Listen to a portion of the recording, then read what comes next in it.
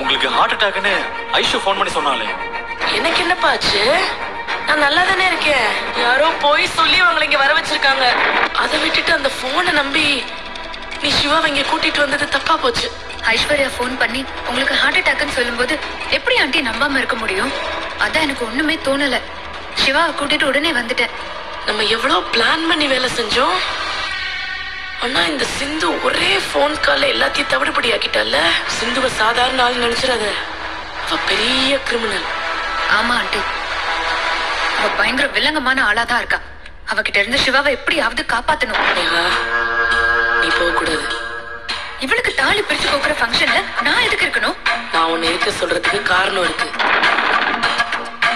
சிந்துவுக்கு உன்னை பாக்குறப்பெல்லாம் குற்ற உணர்ச்சி அவன் மனசை அரிச்சுக்கிட்டே இருக்கணும்.